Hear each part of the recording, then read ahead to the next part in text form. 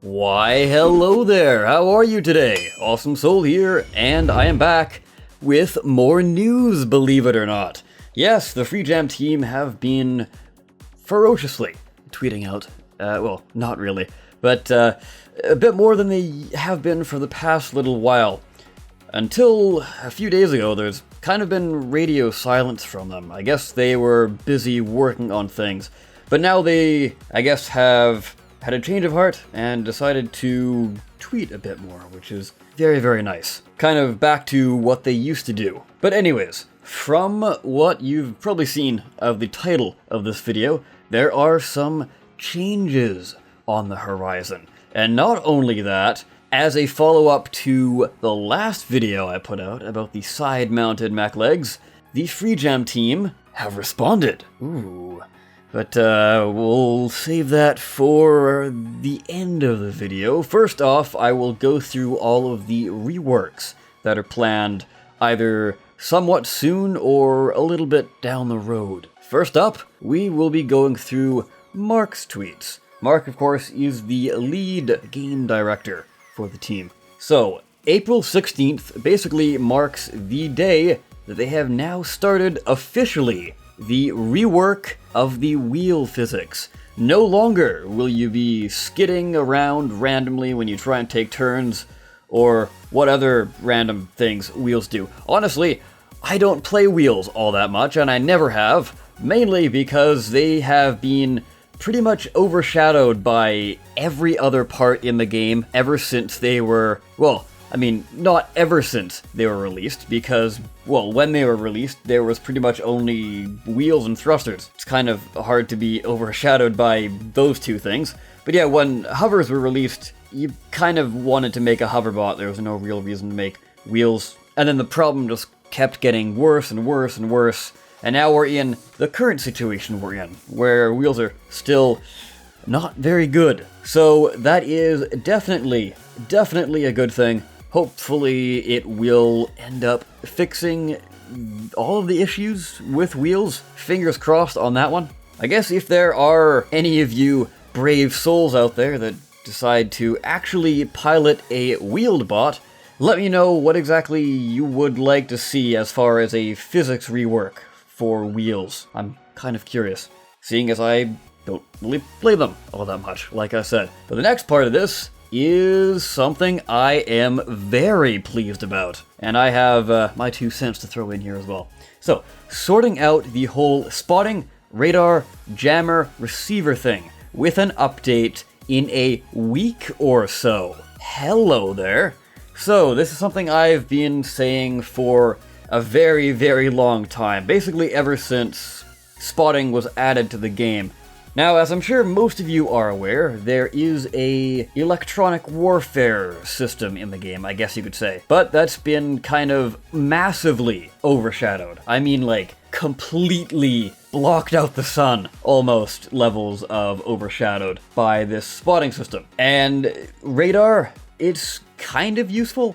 Jammers are really only useful against radar, and receivers are kinda pointless, because now hardly anyone ever plays with a radar. I tend to bring them occasionally, but if you spend your CPU on a receiver, it's going to be a completely useless part unless somebody has a radar on your team. So that's a little bit of a problem there. But anyways, like I was saying, I have been proposing this kind of rework, or at least what I'm hoping Mark is getting at by saying this. So he says the whole spotting, radar, jammer, receiver thing. He ties all those four things together. So what I am hoping is that we're getting some sort of, I guess, play-in with the spotting system for radars, jammers, and receivers. I'm not sure when I brought this point up. I think I've brought this little mini concept up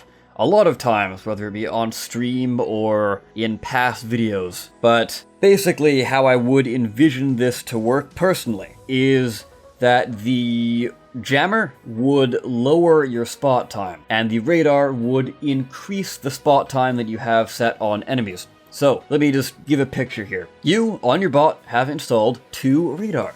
Now obviously the radar would still function like a radar, believe it or not, and pick up enemies that are nearby. But what they would also do is if you spotted an enemy, they would increase the spot time. Now, to make this a bit more balanced, the base spot time would be lowered. So if you wanted to be a real proper scouting bot, you would need radar.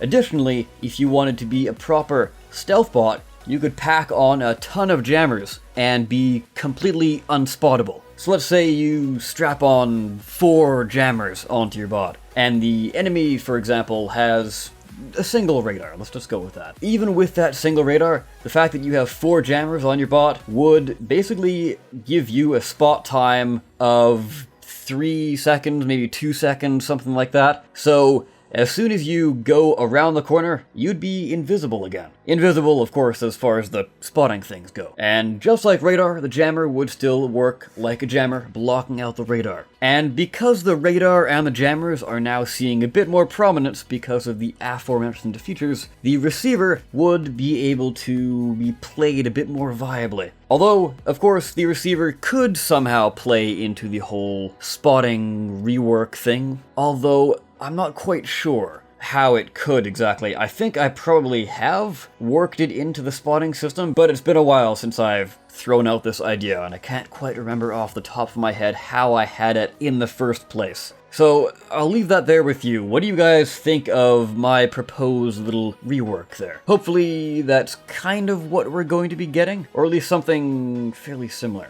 Next up for the tweets, back with Mark again. Once wheels are sorted out, we will move on to aerofoils and rudders. We want to make them so good that drone flyers become airplane pilots again. Unlike the last tweet, unfortunately, we don't have a whole lot of information to go on as far as what they're planning. So I have seen a few people respond to this saying they want tighter controls for the aircraft, more pitch and yaw controls, that sort of thing, just to make it so they can easily dodge things mid-air, something like that. Again, we'll really just have to wait and see for what they're planning here. And like they said, it's going to be after the wheel rework, which is after the radar rework. So probably won't be getting any news on that for a little while. Now, moving on to Rick the Art Jammer. This is a tweet that kind of slipped by me. So this was on the 13th of April. But keep in mind, the Carbon 6 sprinter legs were revealed on the 12th of April, one day prior to this. So somebody asks, with really no other context, I've clicked on the tweet and nothing else popped up, so this seems to be a standalone tweet. Carbon 6 receiver, when? And then Rick responds with, something better is coming. Now, this could just be hinting at the whole radar and spotting and receiver rework, etc., or this could be implying that they, the art team, are working on something better than a Carbon 6 receiver. So more Carbon 6 parts? I'm not really sure. It could be either or. I am fairly uncertain of this tweet myself, and that's kind of why I'm throwing it up here. Do you guys have any idea what the hell's going on? Because I certainly don't. And as promised, the wait is finally over. As I said in the beginning, the Free Jam team, or rather Rick the Art Jammer specifically, has responded to the side-mounted sprinter legs mini concept that I put out in the last video. So I tweeted out and tagged him in it, and then he responded fairly quickly, saying, the legs can twist from the hip joint and collide with the mount, so the mount would need to be farther out from the hip. But I like it a lot. Happy face. Gotta throw that in there. So, yes please, side-mounted mech legs. When, exactly? Soon? Hopefully? Maybe not. I don't know. But yeah, this is really good news. Although, like he said, the legs would have to be a bit farther out, so if you were side strafing, they wouldn't clip into the mounting point and look all wonky. But honestly, that's kind of a fair trade-off, because there would still be pros and cons to using the upward-mounted legs or the side-mounted legs. I can envision that using the side-mounted legs, you would usually end up with a lower overall height for your mechs. You could go with a shorter, lower to the ground style build, as opposed to the sort of taller, builds that you usually get, just because of the natural height of the sprinter legs. So hopefully Mark will sign off on this idea. Fingers crossed he does, because going back to the other tweets, there's a lot of physics reworks happening, and that's more on the code side. So the art team would need to keep busy somehow, and this might just be that thing. Or, of course, they're working on the mortar that we haven't heard a peep out of since 3 months ago, 2 months ago. It's been a long time since we've heard from that mortar. Hopefully, we will still get it at some point or another. Anyways, that will bring this video to a close. I, of course, have been the Awesome Soul. I thank you so very much for watching, and I will see you next time. Take care.